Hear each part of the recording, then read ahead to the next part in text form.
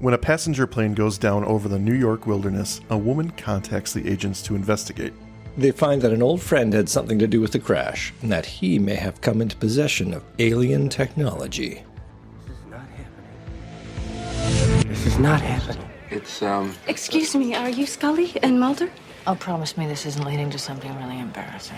My name is Sharon Graffia. I'm sorry to approach you like this, but I followed you. I was asked to find you if something happened. Excuse me? You have no good reason to believe me, but my brother, who I believe you know, he said you'd understand what to do about what? if you didn't make it. Excuse me, who are you talking about? Max Fennick. He was on his way here to deliver something that made him fear for his life. Something he said the government would kill for. But his plane, it went down 2 hours ago. Welcome back to the show, ladies and gentlemen. This is Not Happening, another X-Files podcast. I'm your host, Mike, and with me today, and today only, is Andrew. Say hello, Andrew. Wait, what? Today. One time only, one night only. Well, this is, it's been an exciting adventure, and I wish you luck on all your future endeavors. Likewise. I think we need to change the name of the show. Yep, okay. Because for the sole reason that we start off the show by saying, this is not happening. This is not happening. Oh, I know. So I think... Oh, I know. Mm-hmm. What about, hear me out. Change the name of the show to Not Happening, This Is. Not happening. This is not happening. This is... I know. I think it's winning. It could be a bit more challenging, but rolls better off the tongue. That's true. That's true. I'll try it for my go when we do Max. I'll try it. Yeah, we'll try. We'll see how it runs. We'll and we test can the just throw it up in the waters. socials. It'll get some traction. I think so. Yeah, I see nothing wrong with this. Not at all. Hmm. Rebrand in the middle of a show. Unannounced. Unannounced Like, you rebrand. didn't even know it was coming. Nope. Much like I didn't know that I was off the show. That's not what. Whatever. That's not what I was saying. But whatever. Hey, do you want to talk about X-Files? Let's talk about Tempus Fugit. Tempus Fugit. Fugi. Do you know what Tempus Fugit, what language that is and what it means? Time flies, sir. Mm-hmm. And what language? Latin. You 2 for 2. 2 for Nailed 2. it. But if the audience could see your eyes scan left, right, left as you were, I thought it was a about trick that. question because obviously a majority of our language is Latin root, but Yes. I thought you were trying to catch me up in something. So I was like, Well, that does happen from time to time, but not every this little bit. case. Mm-hmm. So, I mean, we can talk about it later, but I mean, Tempus Fugit, time flies. Yeah. The idea of time in flight, I think, is what they were going for here, given the subject of the episode. Oh, yeah. Playing a little double entendre. Yes. Time moves swiftly, but also it's flying in a plane that stopped flying. Actually, several planes. It's not pretty. Speaking of sayings, one of my favorite sayings is time flies like a banana. Like a banana. Like a banana, which I think comes up in the episode, actually. Well, that's interesting. Interesting. So, listeners, keep your ears open. We'll call it out when it happens. Well, what do you say we get into this episode? What do you say we take off and really tackle this first part of a 2-part quasi-mythology episode? Quasi? Come on. I mean, think this, It's actually, 100% you're absolutely right. quasi. It's totally quasi. Yeah, it is not fully on brand, but it does have that movie arc to it. Like by the end, absolutely. everything is sewn up with a bow, and theoretically, you didn't need to watch this episode. True. Yeah. But Okay. I mean, it's a good one. Written by Chris Carter and Frank Spotnitz. I mean, it's the dream team. I won't get into it, but this is an episode, and I It is. enjoy watching it. Excellent. Well, let's enjoy talking about it then. I think we should. Enough All of right. your dilly-dallying. All right, Andrew. Faddling. All right. Buckle up. Make sure trays are in their upright and The locked seatback positions. table is safely stowed in the Yes. upright position. Yes. Yeah, I'm there. All right. It's nighttime. The camera pans upwards past the tree line to reveal a full moon, bright and big on the night sky. Our eyes fall on a distant plane. On said plane now, people mill about as the pilots go about their business. It's a typical flight.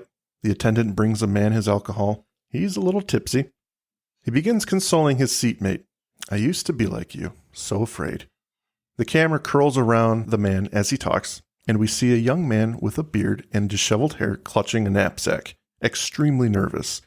He's peering through the seats behind them, completely ignoring the man talking to him. As the disheveled man peeks over his seat, he clocks a businessman a few rows back who casually locks eyes with him for a moment, then gets up to use the bathroom. Inside the stall, the businessman begins disassembling a pen and taking the spring. He pulls some other plastic parts from his suit pockets and assembles a crude-looking gun. Suddenly, the plane experiences severe turbulence, knocking the man off balance. When he composes himself, he walks out of the bathroom into chaos, luggage falling from overhead bins, people screaming and flailing about. The cabin lights shut off, and a brilliant white light begins tracking through the windows, heading down the fuselage and casting ribbons of light against the otherwise dark craft. Suddenly, it stops at the disheveled man's window seat. It's Max from Season 1. Unfortunately for old Maxie Poo, he's sitting right next to the emergency exit door. The craft begins shuddering, and Max stares wide-eyed at the light. We see the door shaking amidst the turbulence, harder and harder, until it slowly begins to push outward into the sky. The light absorbs the screen. Credits! Whoa! That's an opening. Yeah. And it'll make you never want to fly again. I was about to say, I mean, this scene actually isn't so bad. Later on, Yeah. like in the episode, Max, oh man, the actual love letter to air crashes that they're going to get into in that episode is going to make about 17 million people go, maybe not, because it is intense. But this one is not bad too. And I think we will not spoil it by bringing up the fact that they made a whole rig for an airplane interior that they could jostle around. Mm-hmm. And I think that was the basis for this episode. Was I don't know whether he came up with it for another show, or it was the special effects team, or they knew this was coming and they needed to build it, or whatever. But it's a hell of a set. And in fact, 12 members of the post-production team are going to win the Emmy Award for best sound editing. Nothing to do with nothing to do with the set, but no. Again, it's this total boner of a award they're going to win compared to what the episode really has going for it, which is this amazing set and what it can do. And right up front, you get to see it, and it is pretty amazing. And this, in my mind, is also the first instance where we see in popular television a 3D plastic gun. Like I was going to say a 3D printed gun, but 3D printed gun. Yeah, I think it's probably, resin cast or something at the time. But anyway, plastic gun. Probably heard about it in the 90s, but I don't think I really saw it in popular fiction. So it's a lot of stuff here. Definitely the spy tradecraft that we love to see. And I think X-Files was ahead of the game on some things. Oh, absolutely. One other thing to note, apparently hats off to the extras on the plane. I believe it was Kim Manners who said they were so wonderful. It's because they had to be seated and strapped in for hours. So it was a pleasure to deal with them. He said they were perfect. You mean like a regular airplane flight? Yeah. I mean, well, people get antsy. Ladies and gentlemen, we're going to be on the tarmac for another 6 hours as we wait for a gate. So stewardess will again be walking through the cabin with some peanuts. The real award should go to anyone who manages to stay calm during that, because let me tell you, once the plane's on the tarmac, just get me off the plane. I need to get my stuff and get my car. Yep.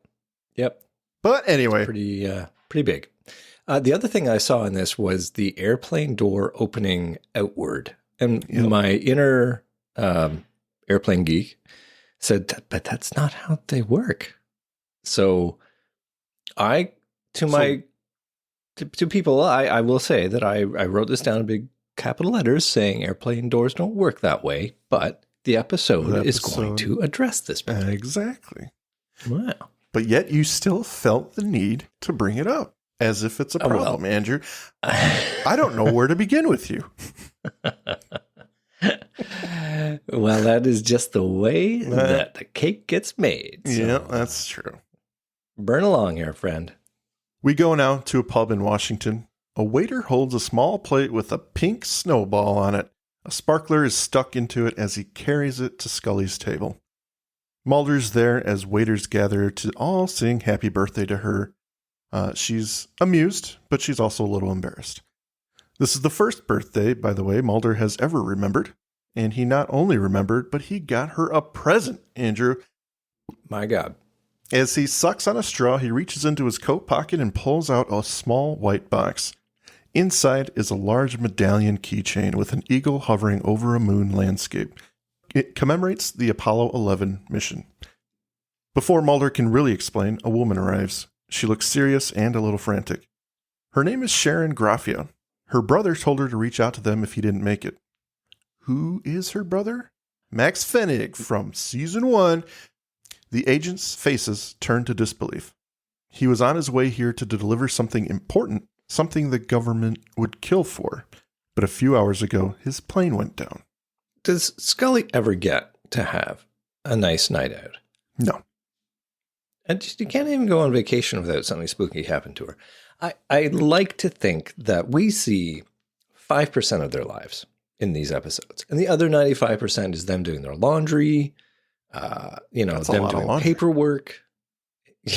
But it seems to me, whenever the camera focuses on these poor bastards, they are getting interrupted in the nicest of times. Yeah, I would venture to say, just off the top of my head, that the nicest night we've seen Scully have is War of the Copperphages. Yes. War of the Copperphages, but that still ends in her, getting showered in poo. Yep. But a close second would probably be Never Again, when she went on a date, had sex, and then got some. Yeah. Was almost killed the morning after. So, yeah, fair. We go now to Northville, New York. It's 4 a.m. A room of officials is being addressed by Mike Millar, the head of the crash investigation team. What we know right now is that the plane designated as Flight 549 lost radio contact tonight at 1900 hours EDT and subsequently crashed into a wooded area approximately 30 miles from Albany, New York. Local law enforcement and EMTs have been on the scene for just under 2 hours, but initial reports are they've found no survivors yet. Of the 134 passengers and crew listed on the manifest. I wish I could tell you that we had more information about the crash site, but darkness and the terrain are going to make it pretty slow going until morning. We have a tape of the last radio exchange before 549 went down, which we're going to play, but I want to stress the need to keep everything you know or learn within the GO team so that all information to the press comes from the IIC. You queued up, John? Great. Copy, Tower. Please advise. Do you see a need to adjust? Negative 549, steady airspeed at 296 knots. Maintain heading 100 and to 9,000 feet. Go ahead, 549. What the hell is this? 549, do you read? We got something. Some intercept. My God. Mayday! Mayday! And that's all she wrote. The controllers tried to raise 549 on all available frequencies, but the pilots did not respond. Okay, we've got an FAA charter leaving in 1 hour. Accommodation. Excuse me, sir. I'm Special Agent Mulder with the FBI. Is there any indication or suspicion that Flight 549 may have been forced down? Forced down? You can clearly hear the pilot say intercept on the recording. We have absolutely no data to support that. No confirmation of other aircraft in the area, unless you have something. No, but there was a passenger on that plane who is well known to our government as an alien abductee. An alien abductee? A man named Max Fennig, a multiple abduction victim, what's known as a repeater. Hold on a second, please. Can I have some quiet? He predicted the accident, and from the sound of the tape, the plane may have been forced down. Forced down by who? Or what? I'm hesitant to speculate. Mulder. Your name's Mulder? Yes, sir. Let me tell you something. I've been doing this for 18 years. I thought I heard everything. I'm looking through the manifest here, and there was no one named Max Fenig on Flight 549. Fenig, and there may be people who want to cover up this evidence. Agent Mulder, is this an official FBI position? No, sir. Because what you're suggesting trivializes this tragedy and casts these fine people and the work they have to do in a light that I think you would be well advised to avoid. I think we all share the same goal here, sir, and that's to find out what caused that plane to crash. And if any of the capable men and women in this room find Dr. Spock's phaser or any green alien goo, I'm sure to give you all the credit. And, I shouldn't give it away, but I really love this guy. This guy exudes empathy and integrity. And even when he zings Mulder, it's like, yes, I'm on his side. I'm like, how dare you, sir, come in here with that shit.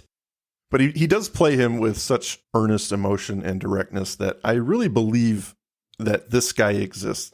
He does this for a living. Oh, God, yeah. Stellar performance throughout the 2 episodes, and it all begins here.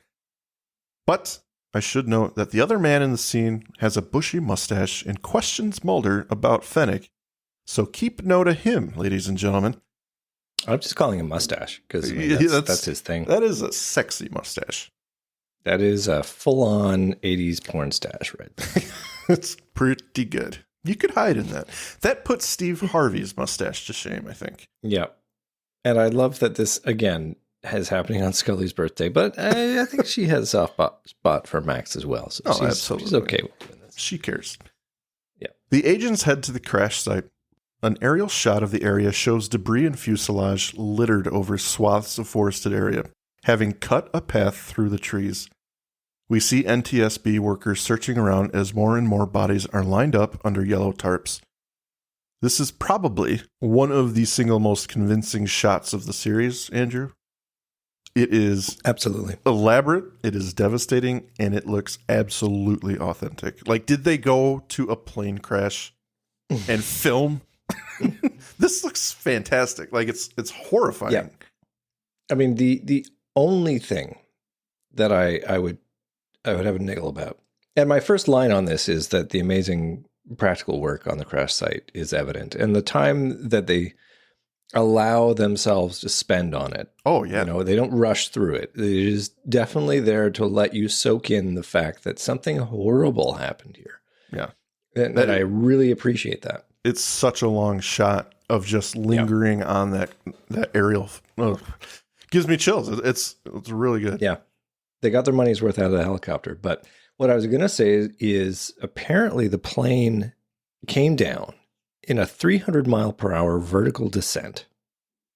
I think there should be a blast crater. Like it should, that's fair. Literally blast out a hole where, the plane landed. Because it didn't come in at a steep, at a slight angle and skid and make a trough. Yeah, this was apparently like a nosedive. So, yeah. I mean, you could argue Canadian Shield, maybe it's all rock, but that's not the scene we get shown. We get shown trees and dirt, it's significant. But, I am totally willing to hand wave that because it is so elaborately done, cast of thousands. I mean, again, love letter to an air crash. Striking. It is pretty impressive. Yeah. Well, Mulder and Scully cannot believe their eyes, much like us. So far, the official story is that severe weather or a lightning strike caused the crash. Mulder is determined to find Max, and he's convinced he was the reason that this happened. The mustachioed man from the meeting takes the makeshift gun from the dead man aboard the flight. Another man accompanying him sprays something on the dead man's face and fingers, beginning an erosion to destroy evidence. Meanwhile, as the agents survey the bodies, Mulder notes anyone wearing a watch has it stopped at 8:01. 9 minutes after the time of the crash that was reported. As we all know, that's big news, Andrew. That is a big red flag. Dates all the way back to the pilot. He begins to predict that Max was abducted right off the plane and that he will indeed be missing from the victims. Suddenly, they're called over to a survivor. It's the man that was sitting next to Max, clinging to life. You're just going to breeze over this guy? Well, because I mean, it's wonderful. His opening thing is he's talking about the odds of surviving, you know? Like I was trying to let the guy die in peace, all right? Not going to chastise the man. I think he should have lived. It was funny. The irony should have been complete that he actually survives a plane crash, but yeah. It's so good given that what he says in the beginning is statistically it's totally safe. You're safer in a plane than you are walking down the street. Poor bastard. Okay, we go now to Fulton County Airport. Scully speaks to Graffia and asks if Max had anything radioactive on the flight. Graffia lets it out that he worked in a sensitive position and had come into possession of a dangerous and sensitive piece of material. In the hangar, Mulder informs Scully that the man they found was Lerold Rebune or Rebun something. Lerold? That's what the name is. His name is Lerold? Yeah. No.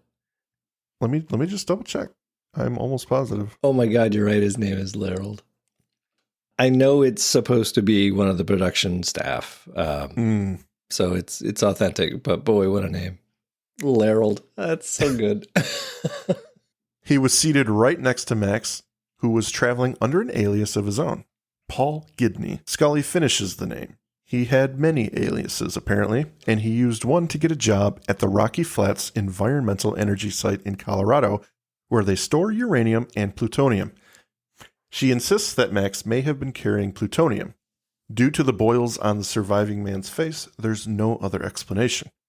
She goes on to say Max wrote thousands of letters about his abductions, but in January he began to make vague references to a theft. But what caused the crash? She surmises that if plutonium became exposed, it could have easily caused the crash. Mulder here lays out his theory. He walks to where Max's seat was in the crude reconstruction of debris. Max was sucked out of the door. All the evidence will point to this, but it will all be dismissed because of its improbability. Scully tries to interrupt, but is unsuccessful. Flight 549 will go unsolved, and when Max is returned, he is going to tell the same story. But Max has already been returned, she says. He's dead. In a petulant defiance, Mulder thinks for a moment and says, yeah, but, you know, still no explanation for the crash. And he walks away. You never disappoint. You never disappoint. Yeah, it's quality stuff. This is the beginning of another one of the show's best scenes. You know, the hangar with all the bodies. That's some powerful stuff. Again, just the time they took to set up these scenes, and not easy to make it look like something, you know, was destroyed in a convincing way. Yeah. No, it's totally effective. I mean, yeah, I can't say anything more than that. Yeah, it's just amazing. It's like they built a plane just to blow it up. That's how authentic it looks. Yeah, that's probably what they did. No, I think that they obviously have a lot to draw on, unfortunately, you know, in terms of plane wrecks. Oh, yeah. And the music, I think, is worth pointing out in this scene, too. They did, especially in that aerial shot. Yeah, it's very subtle, but the gears are going in terms of the mystery getting underway. It's very compelling. At the Paradise Motel, Graffia is in her room going through all of Max's letters when a brilliant white light encompasses her room, simultaneously shaking and shining brightly through the windows on all sides of her. The door to her room begins to shake violently as the pages swirl around her. Commercial. For a hotel. I really hope it's for a hotel. Need a quality motel at a really not quality price. Cannot guarantee that there will not be alien abduction. No. But you get a what voyeur. Hotel could, honestly. Back in the hangar, Mulder walks amongst the dead bodies. Rows of yellow body bags line the hangar, making it a makeshift gravesite. Mark Snow's sorrowful strings capture the pain as officials bring loved ones to identify their family and friends. Mulder kneels down and unzips Max's bag to observe and identify him himself. He looks a little sad as he pulls out his own business card smeared with blood from Max's jacket pocket. He zips him back up and checks another body as Snow's music gets more curious. Then another body. Something's wrong. He meets up with Scully. They've found the flight data recorder. Did you make a positive ID on Max Fennig? Well, they've located the cockpit voice recorder and the flight data recorder.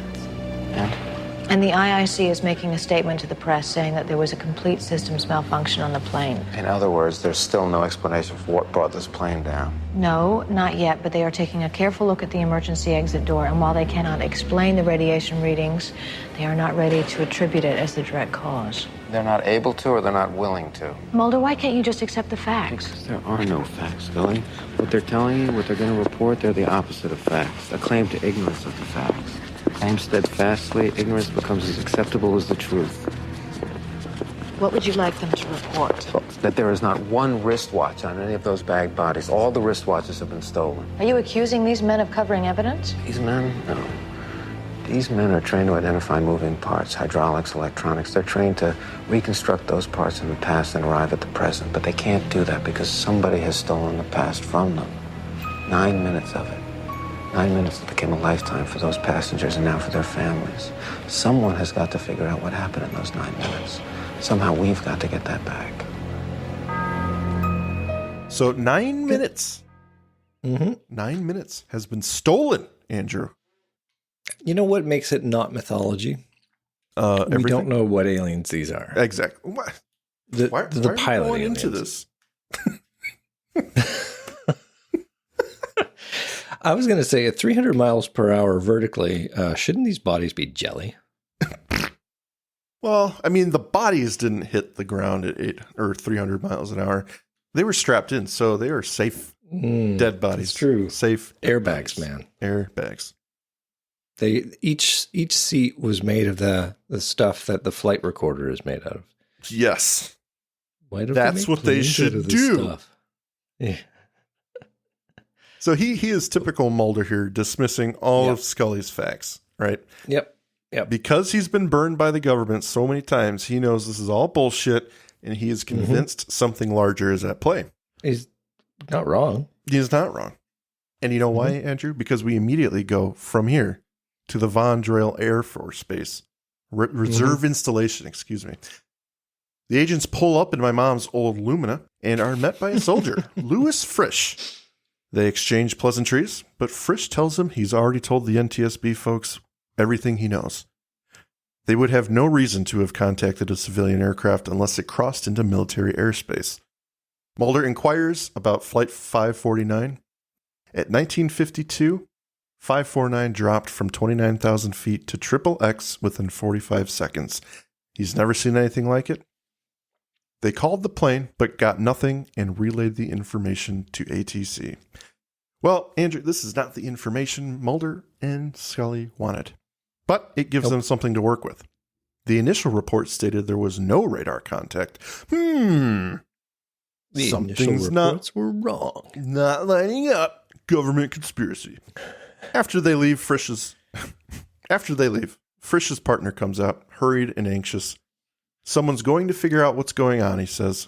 Frisch just continues to watch them as they drive away. He doesn't know what's going on, and he doesn't want to know. He just told them what he was supposed to. When his partner threatens to blow the whistle, Frisch turns sharply and says, "Then you make me the liar." So there's some tension between the liars here. A little bit of tension there. A little bit of tension. And I, again, in the interest of pointing out my inability to pick nits in this show, or at least have an initial, wait a second, and then be like, oh, okay, look at you, episode, doing a good thing. Frisch's and his compatriots' uniforms, they are woodland BDUs, battle dress uniforms. And these guys are Air Force officers in the 1990s. And I immediately thought, wait a second, there's no way they're wearing woodland camo. But it turns out, Mike, a little bit of Googling, possibly even going to ChatGPT. That was something that they would wear unless they were on assignment somewhere or they were in uniform. But typically If you were in the military, that was what you would be wearing. So somebody did their homework. I do not know about a camouflage pickup truck, though. That looked a little bit off. Yeah, that was custom. That was Frisch's baby. He just likes camouflage. He spent all his money on that. Nope. Yeah. That's his baby. He makes his partner wear the uniform too. It's all very strange. Frisch's underwear is camo. It is camouflage. Well, the agents arrive at Graffia's motel room to the owner losing her shit. The woman in their room trashed it and split. Mulder jokingly asks if her insurance covers the acts of extraterrestrial activity. Well, he's got a real agenda to push here. He is on it today. He asks Scully to lay her theory on him, but she has nothing. Well, he seems to think Max's sister was abducted just like he was. And this is when Millar steps in and asks what happened. Mulder meets him with a hard defensiveness until Millar mentions he's found some evidence, but it's so fucking nuts he can only tell Mulder. So this is where their love-hate relationship comes around. All right. They're going to have a grudging respect. He zinged Mulder in the beginning, said, you crazy man talking about aliens, but what I've found, I can't tell anyone because I'll get locked up. And to be fair, from what, honestly, would Mulder not have learned up till now to keep your damn opinions about aliens to yourself? Because it never works. It never works for him to never works. Speak truth to power. It's just like Scully, though, right? Where she is so, God love her, she believes in science and she should. But despite everything she's seen, she can't mentally do the gymnastics to believe whatever Mulder's saying. It's just like her, and he will always be the guy who's like, I know they're going to disagree with me. I know they're going to make fun of me, but I'm just going to say it in the middle of a courtroom.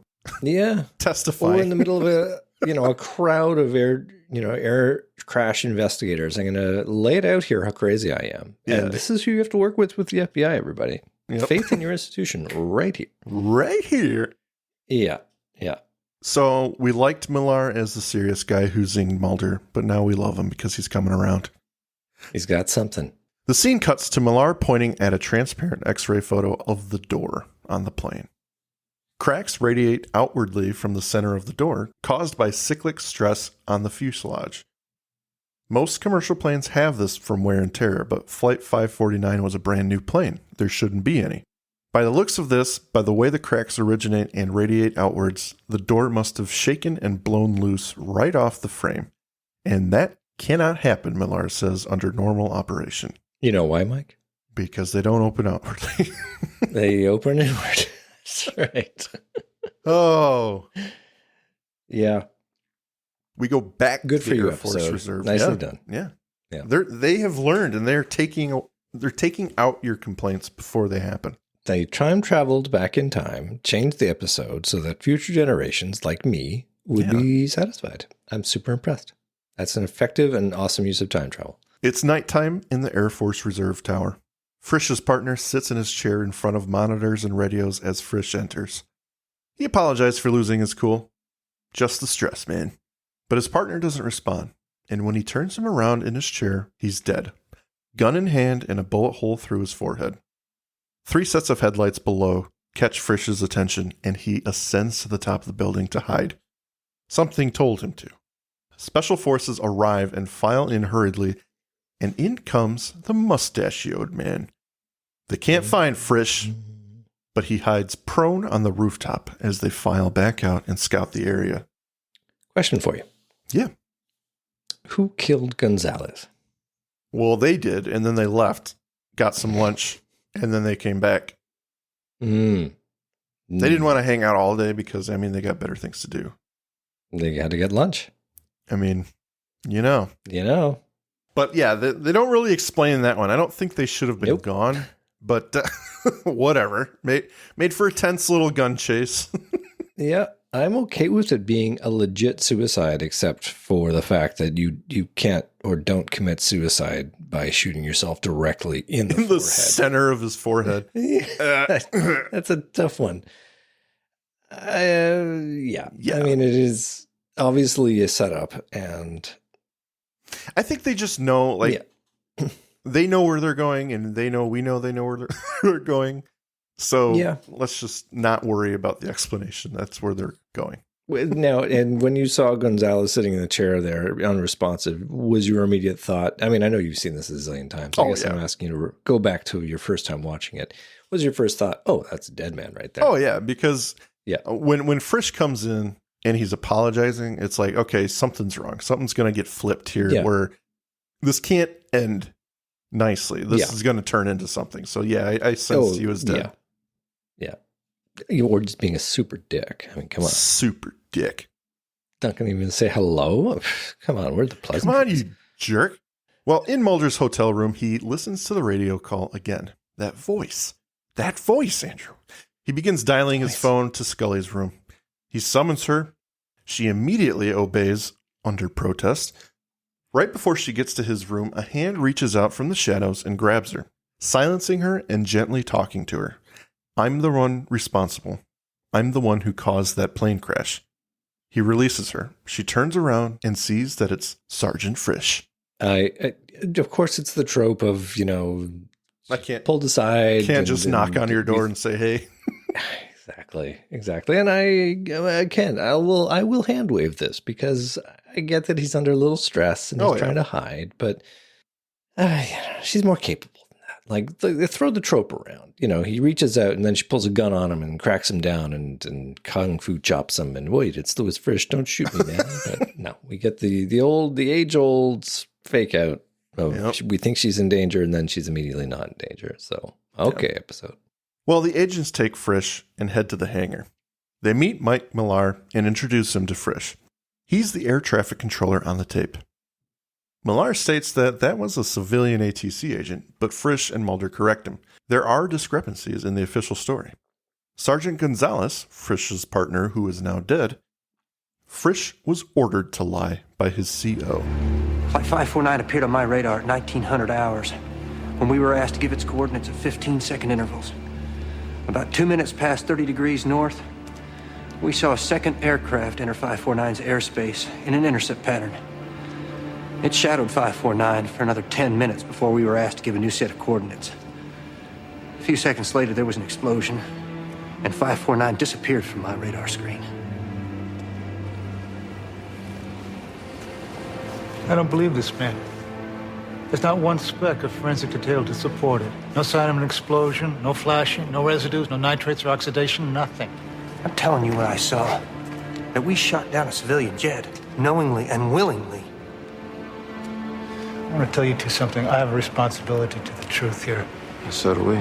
This man can't testify to this story, not without evidence. The military is working to cover up that evidence. The sergeant's story makes no sense. Unless the aircraft that was fired on never appeared on his radar screen.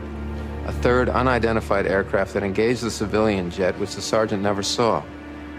Stealth aircraft? Shot down by the intercept aircraft, which in turn may have caused the crash of Flight 549, which means that the cause of this crash is not here in this hangar, but is out there somewhere at the second crash site. Perhaps somebody would have spotted it. No, they didn't know to look for that. They didn't know about a second aircraft, except the military, which means that this man's life is in danger because he can put the pieces together. And somebody has to get him someplace safe.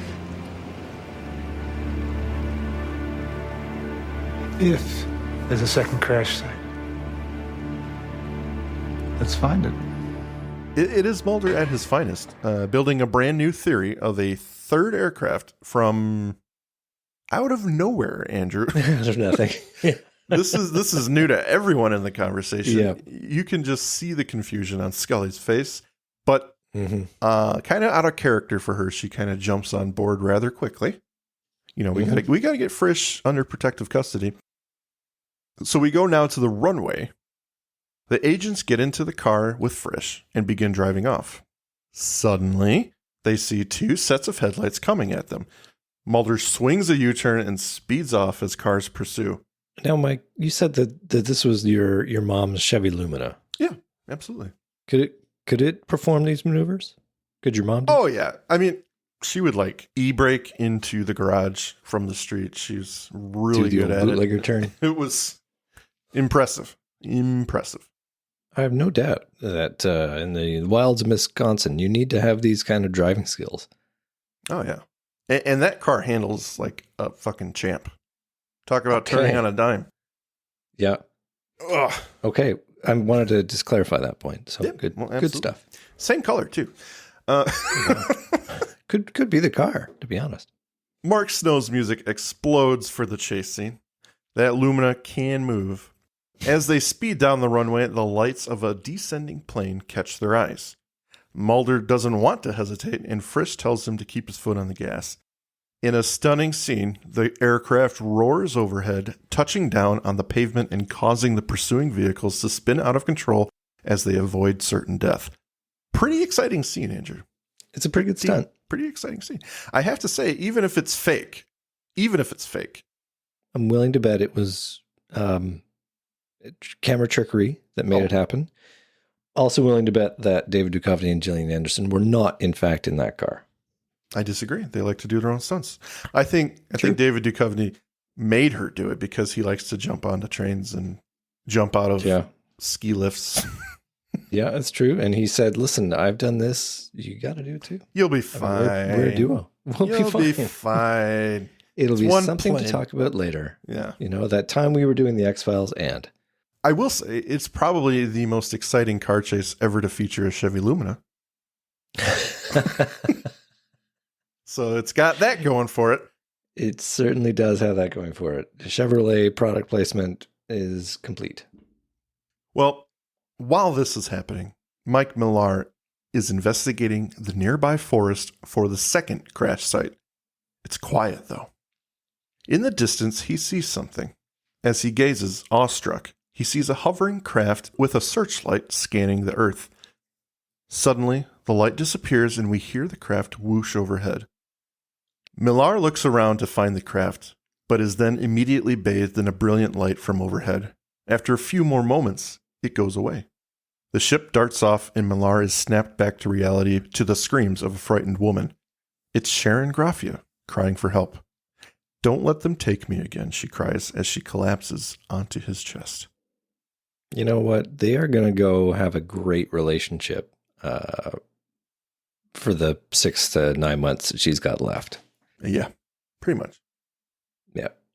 Neat scene. Although this is not going to be enough to make Millar go full aliens are real.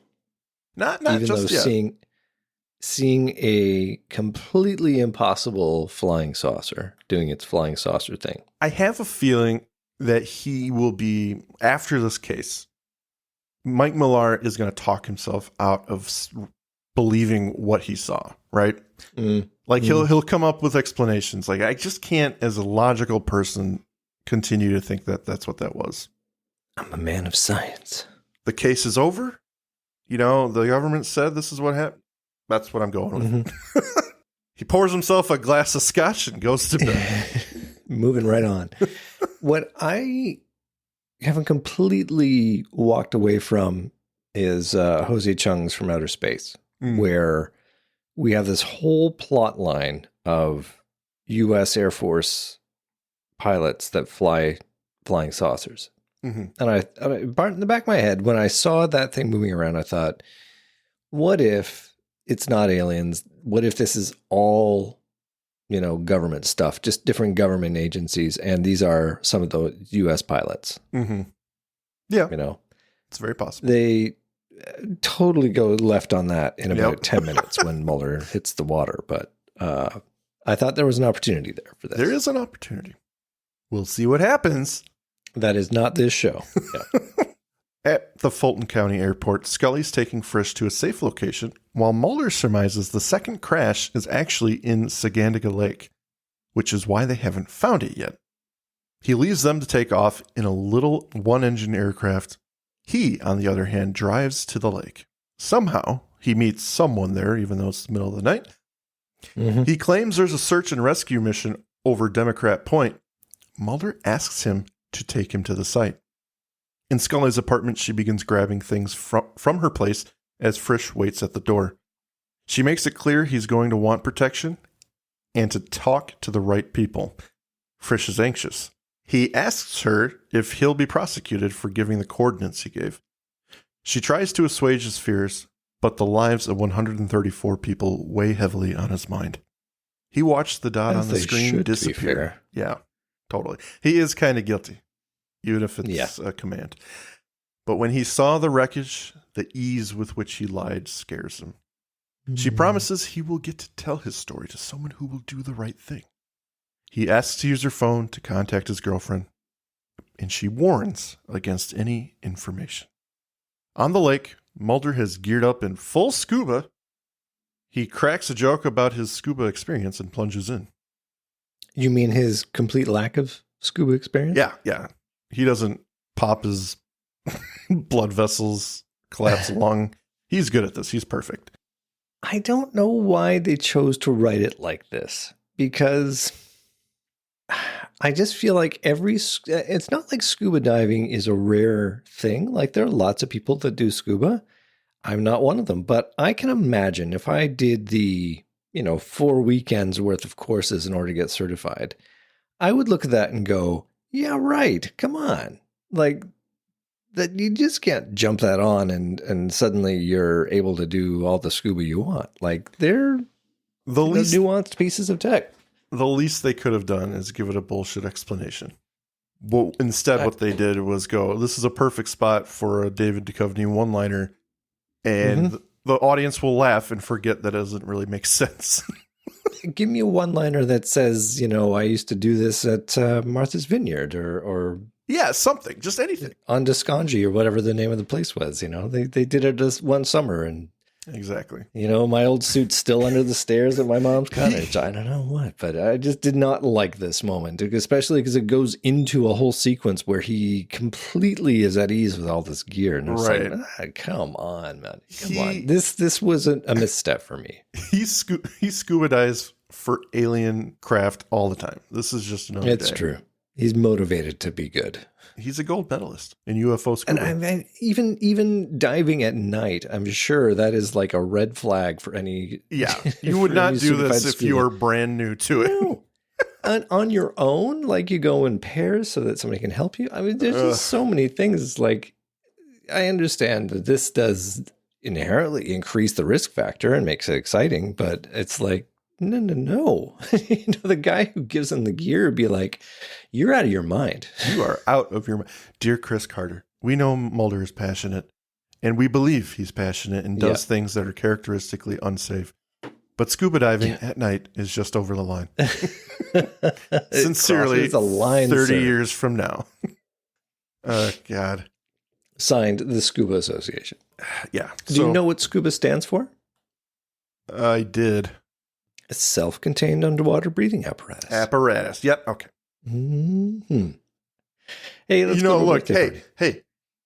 I scuba. No, I don't. Well, Scully and Frisch are at a local tavern, packed with people. She goes to grab him a drink and is accosted by a drunken Pendrell. Despite her insistence he leave her alone, he orders 2 birthday drinks for her and her new man. He is a pathetic sack. Mm-hmm. As she sits with Frisch, she spots the mustachioed man at the door staring right at them. Slow motion. She flags him as a threat. He raises his gun. Pendrell, holding 2 drinks, heads to the table. The man shoots and pegs Pendrell in the chest. Curses. He missed Frisch. Chaos ensues. Meanwhile, Mulder is searching the area underwater. Eventually, he begins to see metal scraps. Twisted framework and fuselage litters the lake floor in a greenish hue. Boom. A dead alien. He's shocked, and just when things get interesting, some lights appear overhead, pursuing him. And that's it. Is where this half ends, Andrew. So I have a question about Birthday Party HQ. Yeah. Has this all been the same day? Because Pendrell, if not the same hour, Pendrell is there and he's like, "Oh, hey, you're back. Let me get." This is not the same day. This is, within a few days. I would say at least the second day. There is something about that, and maybe it's because they obviously use the same location. It's the same bartender, it's the same crowd or whatever, but there's something about that makes it feel like nothing's changed. She for a couple of minutes and then came back and Pendrell's like, hey, you're back. No. Yeah, let me get you a drink. Mulder and Scully adopted the 90s businessman persona and got drunk. They were at the bar at 8 a.m. Hey. And they were told about the case. They went off and investigated it. Let's get into the travel times. Oh. No, I do believe this is at least a day later. That's my For some reason, I want to say 36 hours. I feel like they at one point say we've been up for 36 hours. Yeah. I can't remember. She does say that to Mulder, I think. She says something like that. Yeah. So how does this episode grab Andrew? So my final thoughts for this. We have had these plot elements before, Mike. We've had them in previous episodes, but to the episode's credit, the writers have put them together in a new formation that is fresh and interesting. In some ways, the story feels like a somber love story to air crashes. The level of precise detail that's been given to the accident site, the investigation, the soberness with which the investigators approach it. This all speaks to a great deal of research that really does invest you in the tragedy of this accident. It is a great backdrop to bring back a character from a previous story, even if that character Max only gets a single scene and then shows up in a body bag. It's a daring choice. It pays off well for the episode. We have a moment of genuine nostalgia and emotion with David Duchovny there. I'm a little on the fence with Mulder suddenly being a scuba diver expert. Those are not simple devices, and it's a little insulting to operators who train to use those, but given that's the only nit I can pick, I am willing to hand wave it away. Great episode. Thank you. Thank you. It is a great episode. You are not crazy. I love it. Actually, this is one I never skip. Just complete. You get the full package with this. This is about the only thing missing. And I'm glad they didn't do it because it would be too much, I guess. But the only thing missing would be, Mr. X, or in this case, it would be Marita. Marita? Yeah. Well, yeah. I'm always happy to see those people, the informants, but this is just a really snappy, really punchy episode, complete with visuals, music, acting. Mike Millar is a fucking powerhouse. Marvelous. Love that guy. Yeah. I mean, if you want to talk about missing elements, cigarette smoking, man. Yeah. They didn't even I think he would fit right in here. Yeah. Yeah. It's just Mike, what were your final thoughts? Are you just going to say great episode and move on? Well, I mean, I've said what I need to say, but I will say that my nitpicky comes in with, even though it's nice, I'm a little iffy on Scully and Millar's about face. Mulder's talking about a second crash site, and they're like, oh yeah, that checks. Like they're just on board for it. It's like, come on, guys, come on. It does feel like there is a page of the script missing that gets them there, and that they decided to well, wait, what if we just had Mulder have a superpower moment where he's like, you know what it is, guys, third plane. And they all go, oh, absolutely. And they could have had something where, you know what, there was this weird radar blip that we couldn't figure out, and we discarded it as junk data. But then they triangulate it, and it points them to Sacandaga, and boom. Yeah. But no, they didn't do that. But, I mean, aside from that, that's small complaint. Oh, the bullet hole in Frisch's partner, that's small. Yep. I think it's just a fun episode. It's tragic, it's horrifying, but it's so well done that I believe every second of it. So I think it's... Yep. It's a good roller coaster. Yeah, one of their better, not Monster of the Week, not mythology episodes. It has the feel of mythology, but you're right. It really isn't. It sits nowhere. It doesn't give you anything new, and it doesn't. There's no monster. Well, I suppose there is. It's the aliens are there doing an abduction, but I think they are being true to the Max Fennig storyline because those aliens were not mythology. Although they go back, I think the reason it confuses me is they go back into the trope of alien abductions quite hard, both with an episode like Jose Chung, with that whole Air Force pilots are doing the abduction, and with the MUFON Cancer Network, the female survivors, the ones that are abducted and given the implant and such. So alien abduction is a big thing in mythology, and they dip their toes into it in this episode, but they don't link it back to mythology, which is to their credit because there's nothing new here. I feel like they wanted to get something out. Like, this is different enough from the show that this one can stand on its own. You don't have to watch anything else. And it's the beginning of a two-parter, and I think this one's just solid. That's all I'll say.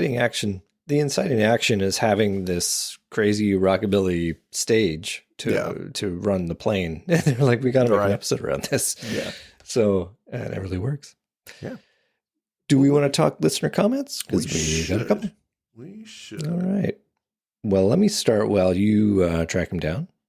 And our first one is from Julian Cantu, where he says, these two are probably some of my favorite episodes in the entire series. He's on board with Mike here. Regardless of mythology or Monster of the Week, these are thoughts that kind of apply to both parts. The storytelling, production quality, and cinematography really seemed movie quality to me. Well, that is Rob Bowman right there. He's our movie man, or at least he will be.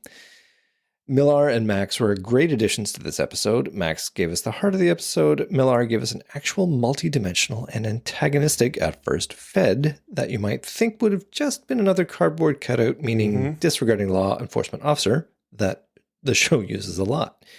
He acted like how I think most people would act if first introduced to Mulder's theories. Exactly. He felt like a guy who genuinely wanted to do his job right, and when things didn't add up, opened up to some of Mulder's theories. Yeah. He really added a lot of depth to the episode's MVP, I think. Also, Mulder and Skulls at the beginning was a nice shipper treat with the birthday stuff. I'm sure y'all, as the biggest shipper in the group, enjoyed that. Haha. Nice. Yeah.